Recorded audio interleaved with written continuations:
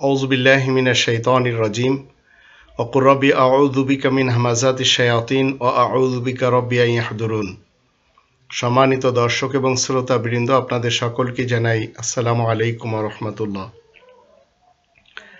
আরব ইতিহাসের মুহাম্মদ ইবনে আবদুল্লাহ ইবনে Abdul Muttalib বিন হাশিম সাহেব এবং ওনার 4 খলিফার এই কোরআনী পজিশন কি এবং মুহাম্মদুর রাসূলুল্লাহ ওয়া খাতামান নাবিয়িন কে। তো আরব ইতিহাসের মুহাম্মদ ইবনে আবদুল্লাহ সাহেব, আবু বকর, উমর, উসমান, আলী আরও যত তার সহচর রয়েছে, এদের ব্যাপারে কোরআনের ভাষ্য হচ্ছে 2 নম্বর সূরা আল বাকারার 134 এবং 141 আয়াত দুটি। তিলকা উম্মাতুন কদ খালাত, তারা ছিল দূর অতীতের একটি দল, চলে গেছে।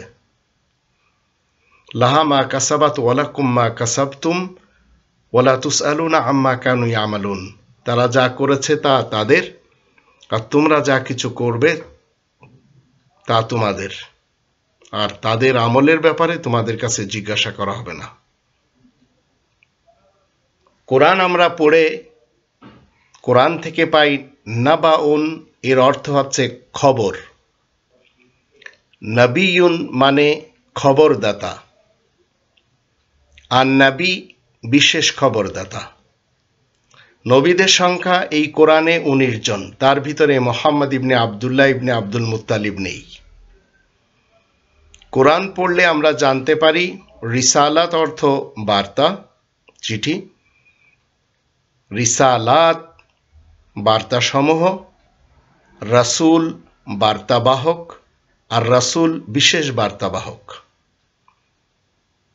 কোরআন পঠিত, আল কোরআন বিশেষ পঠিত, কিতাব লিখিত, আল কিতাব বিশেষ লিখিত। তো এই আল কিতাব থেকে যখন আপনি কিছু পড়বেন তখন সেটি হয়ে যাবে কোরআন, পঠিত হয়ে যাবে। তো এই কোরআনের কোনো আয়াতের খবর যখন কেউ দিবে তখন সে হবে আন-নবী, বিশেষ খবরদাতা। আর এই কোরআনের কোনো আয়াত যখন কেউ পৌঁছাবে তখন তার নাম হবে আর রাসূল, বিশেষ বার্তাবাহক। তো এই কোরআন হচ্ছে, এই পঠিত হচ্ছে কিতাবুল্লাহ, এই লিখিত গ্রন্থ কালামুল্লাহ, আল্লাহ তাআলার লিখিত, আল্লাহ তাআলার বাক্য। আর কাবা হলো বাইতুল্লাহ, আল্লাহ তাআলার ঘর।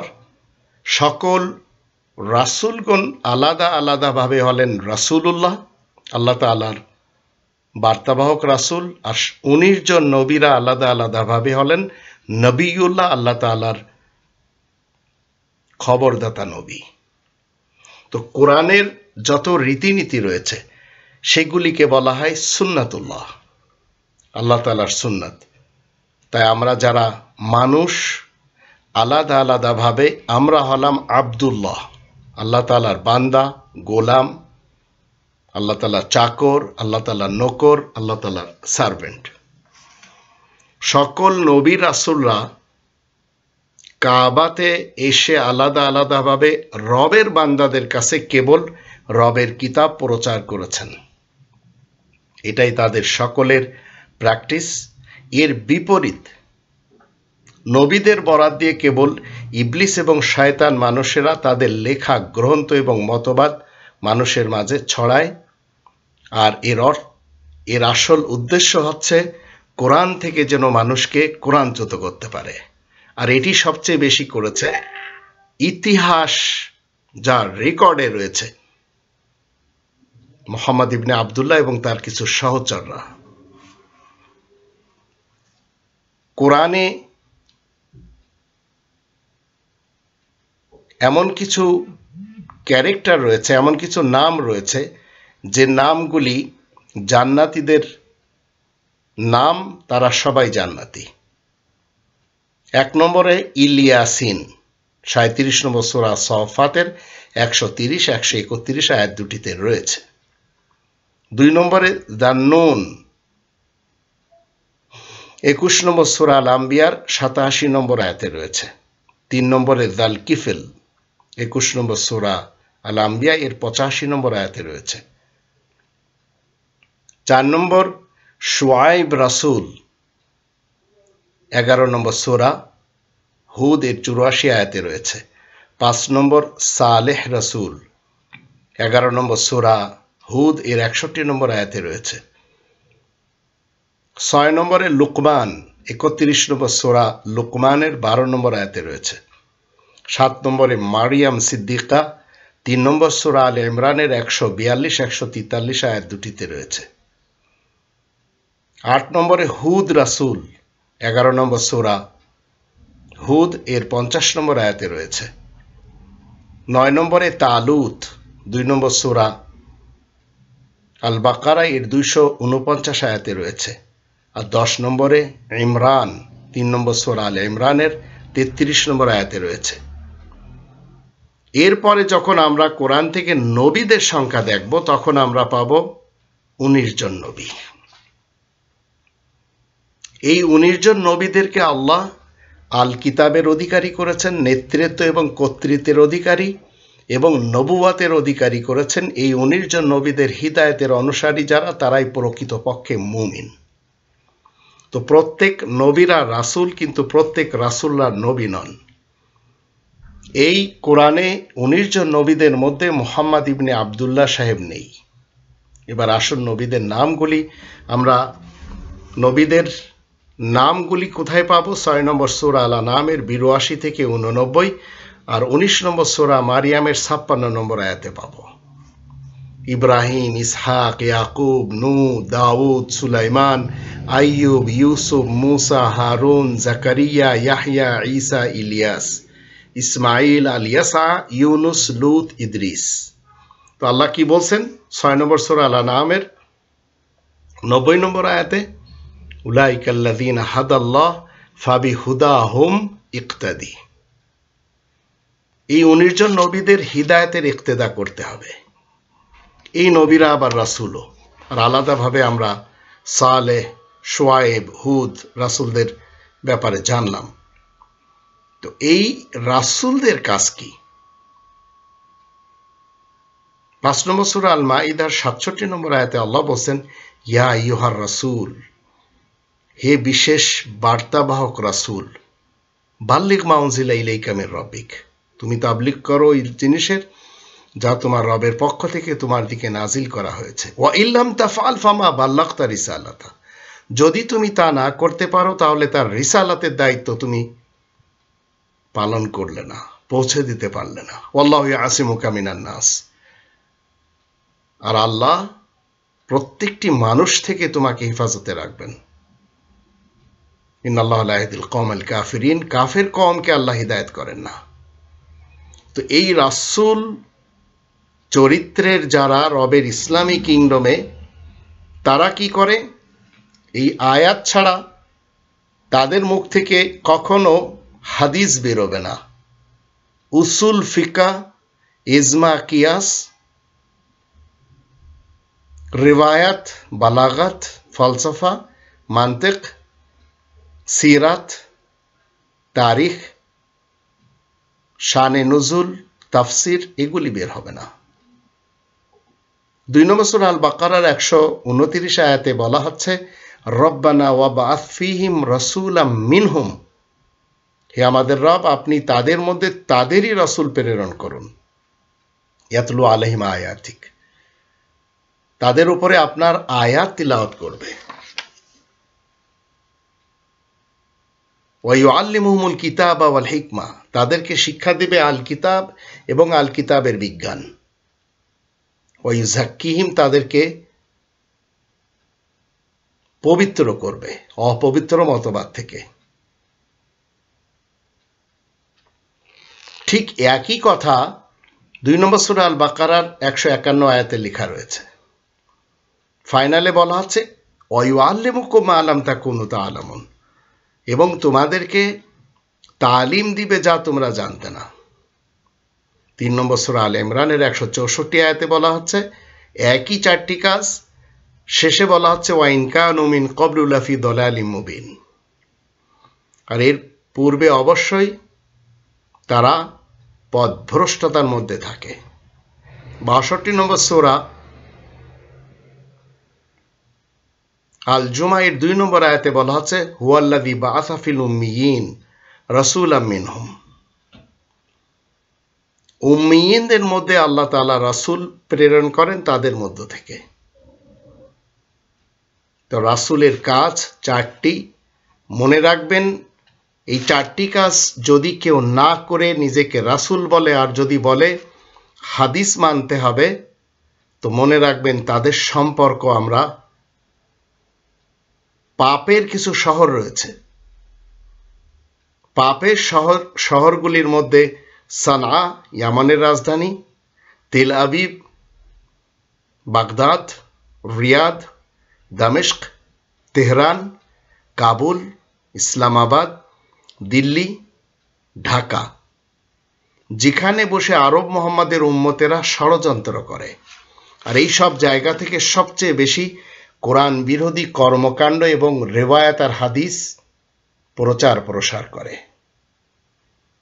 আর যখন আমি আমার কওমের জন্য এই কোরআনের স্পষ্ট আয়াতগুলি তুলে ধরি আর কোরআনের শত্রু ইবলিস এবং শয়তানের দিক নির্দেশনা দিই, তখন তারা আমাকে গালি দেয়। এতে আমি খুব খুশি যে আমার কওম অন্তত গালি দেওয়া শিখেছে।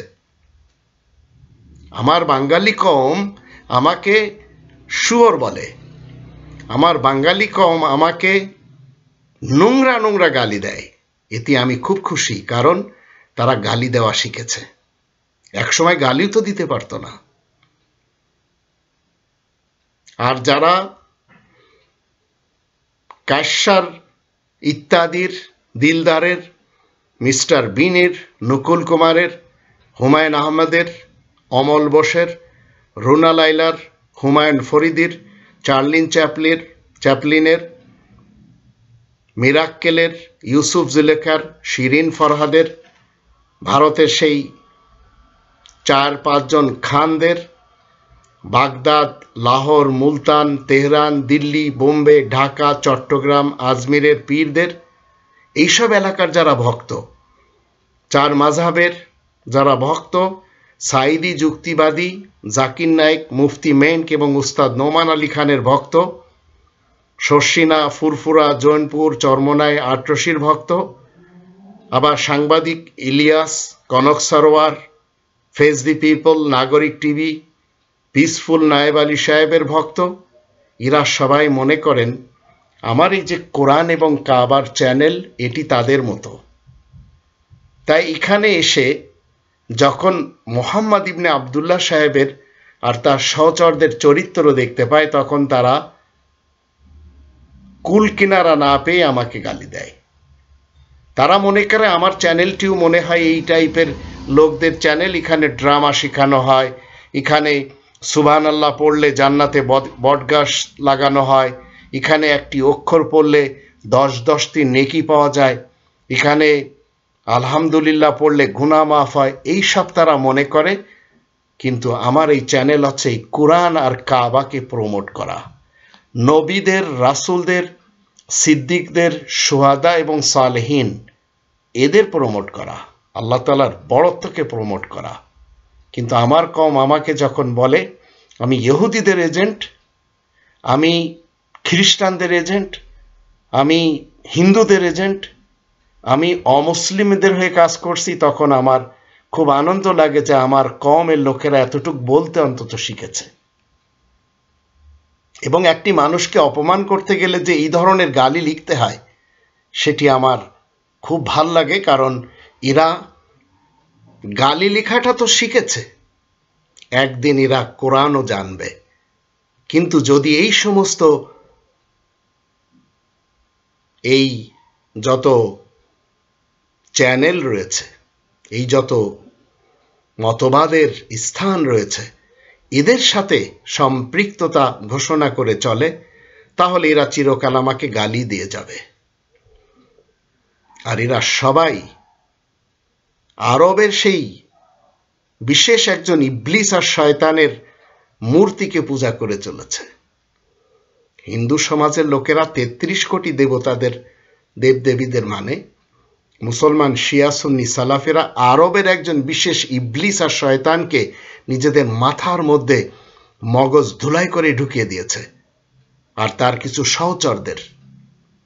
আর এরা তিনটি বড় বড় পার্টিতে বিভক্ত হয়ে গেছে, শিয়া মুসলমান, সুন্নি মুসলমান, সালাফি মুসলমান। এরা মুসলিম হতে চায় না। তো আমি যখন এদেরকে কোরআনের 22 নম্বর সূরা আল হজ এর 78 নম্বর আয়াতের দৃষ্টিতে মুসলিম হওয়ার জন্য দাওয়াত দিই, তখন আমাকে গালি দেয়। তো মুসলিম, আল্লাহ বলেন হুয়া সাম্মাকুমুল মুসলিমিন, সেই সত্তা তোমাদের নাম মুসলিমিন রেখেছেন। তো যে 19 জন নবীদের ইক্তেদা করতে হবে, সেই 19 জনের মধ্যে একজনেরও নাম মুহাম্মদ ইবনে আব্দুল্লাহ নেই। তো তারা এখন চিন্তা করছে, আমি তো 40 কোটি বাঙালি ভাই বোনদের একজন, এরা এখন চিন্তা করছে যে একজন হলেও তো এই মূর্তির বিরুদ্ধে কথা বলছে।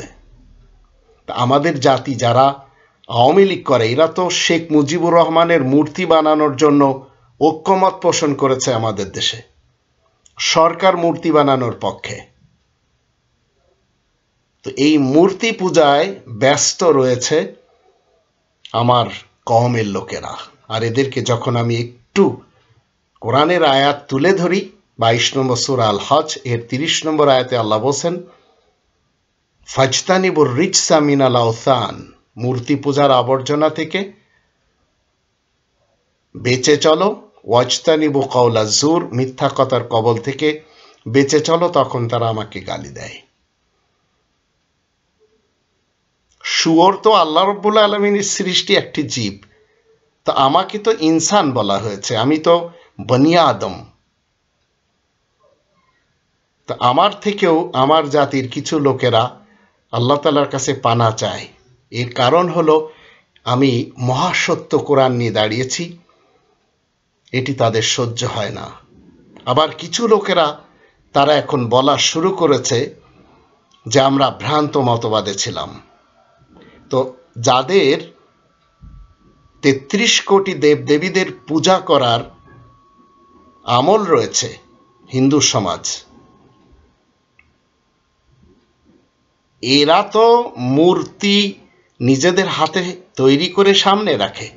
আর মুসলমান শিয়া সুন্নি সালাফিরা যখন মক্কায় যায়, তখন তারা নিজেদের মাথার ভিতরে 360টি মূর্তি নিয়ে যায়। যে মূর্তি সেখানে নিয়ে যায়, সেখান থেকে ফেরতও নিয়ে আসে। আর এদের মাথার মধ্যে সবচেয়ে বড় মূর্তিটি হচ্ছে ইবলিস এবং শয়তানের। আর সেখানে যাওয়ার পরে যখন তাওয়াফ করে, তখন দেখে এখানে তো কোনো মূর্তি নেই। তখন চিন্তা করে এখানে 360টি মূর্তি কিভাবে ছিল? কোনোদিন ছিল না। কোরআনের 3 নম্বর সূরা আলে ইমরান এর 96 আয়াতে আল্লাহ বলেন, ইন্না আউওয়ালা বাইতিন উযিয়া লিন-নাস, নিশ্চয় প্রথম ঘর প্রত্যেকটি মানুষের জন্য বানানো, লাল্লাযী বিবাক্কাতা, যেটি বক্কার সাথে রয়েছে, মুবারাক, পবিত্র, ওয়াহুদাল লিল আলামিন, জাহানবাসীদেরকে গাইড করে। তো সেই ঘরে যখন এরা মূর্তি পায় না, তখন এরা চিন্তা করে কি হলো। সেখানে তো প্রত্যেক আধা ঘন্টার ভিতরে পরিষ্কার করা হয়। সেখানে তো একটি যদি খেজুরের আটি পড়ে থাকে, সেটিও সাফ হয়ে যায়। কিন্তু এরা নিজেদের গার্বেজ ব্রেনের ভিতরে 365টি মূর্তি বিভিন্ন গ্রন্থ পড়ে, বিভিন্ন মিডিয়ার মাধ্যম দিয়ে, বিভিন্ন উলামায়ে সু এবং উলামায়ে আজাজিলদের পক্ষ থেকে শুনে জায়গা করে নিয়েছে, সেটি সেখানে নিয়ে যায়, আবার ফেরত চলে আসে। আসার পরে বলে, কই, সেখানে তো কোনো মূর্তির কোনো কিছু দেখলাম না। তো 33 কোটি দেবদেবী যা হিন্দুদের কল্পনাতে নেই, তারা সামনে রেখে পূজা করে, মুসলমান শিয়া সুন্নি সালাফিদের মাথার ভিতরে রয়েছে। আর সবচেয়ে বড় মূর্তিটি হলো মুহাম্মদ ইবনে আব্দুল্লাহ ইবনে আব্দুল মুত্তালিব বিন হাশিমের। তারপরে তার 4 খলিফার, তারপরে আশারায়ে মুবাশশারা, তারপরে আরো অনেক লড়াকু উম্মত তার রয়েছে, আজও আমাদের দেশে পাবেন। তো কোরআন আপনি যদি স্টাডি না করেন তাহলে ওই কাশ্যার কি বলে আর মিরাক্কেলের ওই হাসির মঞ্চ দেখে সুখ পাবেন, দিলদারের মিস্টার বিনের এবং নকুল কুমারের গাওয়াগুলি আপনারা শুনে খুশি পাবেন, নানা নাতি ইত্যাদি অনুষ্ঠান, হুমায়ুন ফরিদির এদের কথাগুলো শুনে আপনারা খুব খুশি পান, ভালো ভালো মন্তব্য লিখতে পারেন। তো মনে রাখবেন, আমার এই কোরআন এবং কাবার প্রমোটেড চ্যানেলটা এটা গালি খাওয়ার চ্যানেল, কারণ এখানে শুধু সত্য কথা বলা হয়। এখানে কোনোদিন ধড়েবাজি এবং কোনোদিন একজন অবৈধ প্রধানমন্ত্রীর প্রশংসায় কোনো কিছু বলা হয় না, কখনো হবেও না। আর এখানে ঠাঁই নেই